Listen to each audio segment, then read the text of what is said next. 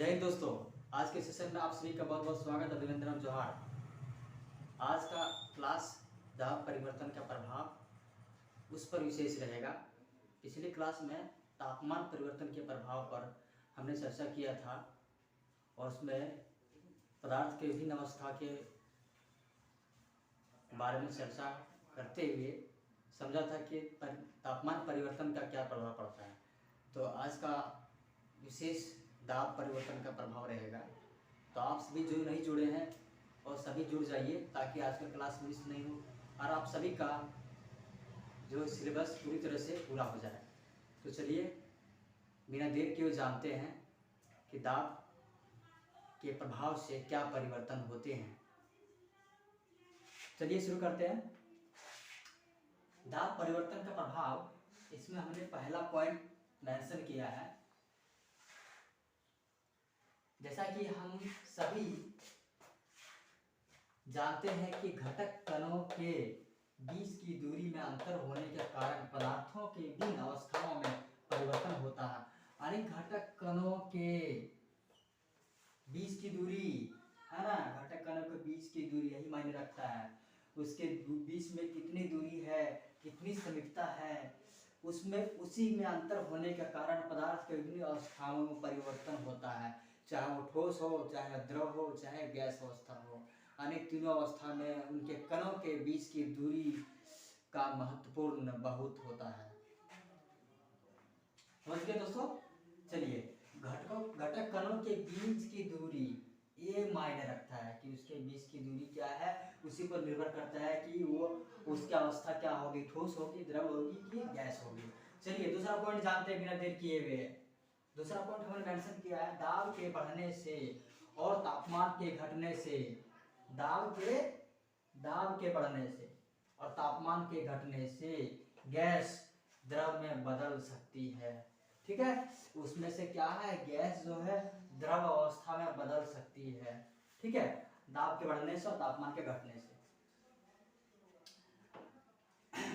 अगला पॉइंट हमने जब लिया है और हमने कोशिश किया है कि समझाने का कि दाब का क्या प्रभाव पड़ता है मुख्यतः गैस पर।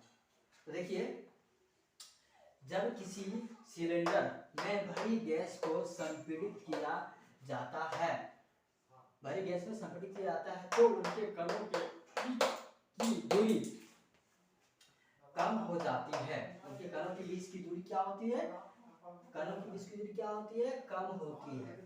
अब यहाँ पे हमारा एक नया शब्द आया जो इससे आप अभी होगी समझिए, संपीड़ित मतलब उसको दबाव डालना, उस पर जोर डालना।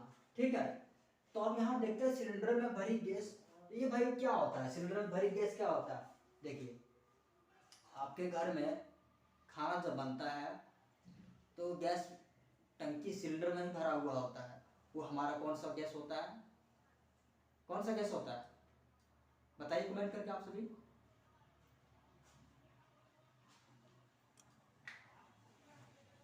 एलपीजी। क्या होता है भाई, एलपीजी, जिसे बोलते हैं लिक्विड पेट्रोलियम गैस। ठीक है, तो ये सिलेंडर में हमारा भरा रहता है एलपीजी, यानी हमारा खाना बनाने का जो होता है एलपीजी होता है। ठीक है, ठीक है।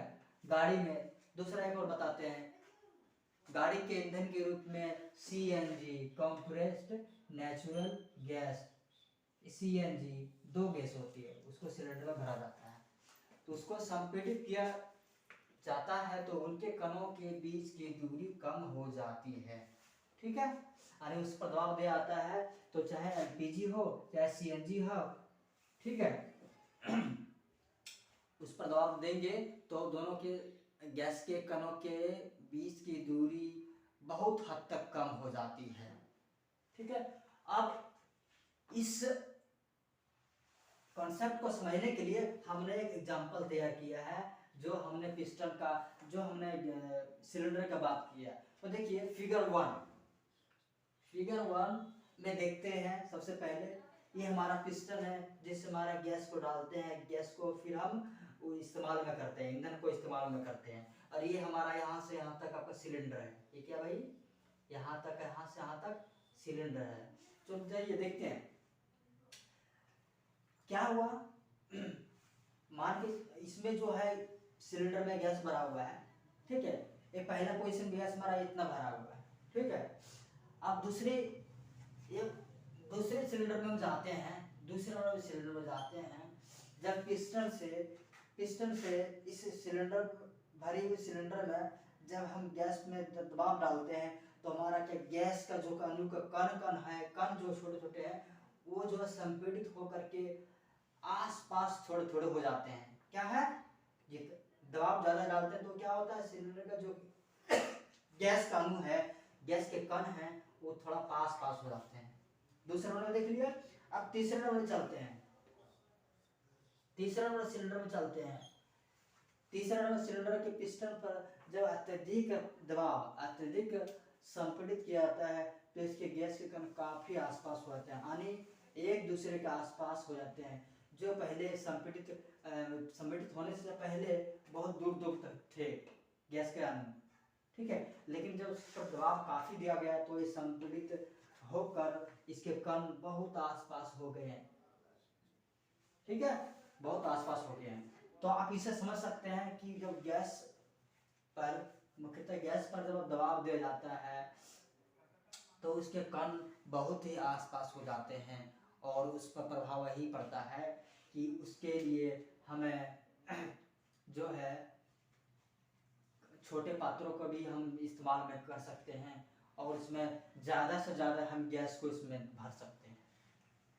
तो हमें आशा है कि आज के इस कॉन्सेप्ट को आप भली भांति समझ गए होंगे और समझते हुए आप जान गए होंगे कि गैस पर दाब के संपीड़ित करने के क्या प्रभाव होते हैं और उसके क्या परिणाम होते हैं। तो आज के क्लास में बस इतना ही, और बताते चले कि अगली क्लास में हम जो है हमने तो तापमान का प्रभाव पढ़ लिया, दाब का प्रभाव पढ़ लिया, और हम अगली क्लास में वाष्पीकरण से संबंधित महत्वपूर्ण जानकारी आपके बीच लाऊंगा और बताऊंगा कि वाष्पीकरण के मुख्य बिंदु क्या हैं और उसकी रोचक जानकारी आप तक के बीच साझा करूंगा। तो आज के लिए बस इतना ही, और आप सभी इसी तरह लाइव क्लास में बने रहिए और जुड़ते हुए आप अपने ज्ञान को बढ़ाइए और हम आप सबों को जो है इसी तरह आगे बढ़ाने की कोशिश करेंगे और आप सभी हमसे जुड़े रहेंगे तो हमें प्रेरणा मिलेगी कि आप सबों में पढ़ने का जुनून बहुत है और आप सभी भी किसी से कम नहीं हैं। तो अपना बहुत ख्याल रखिएगा। धन्यवाद।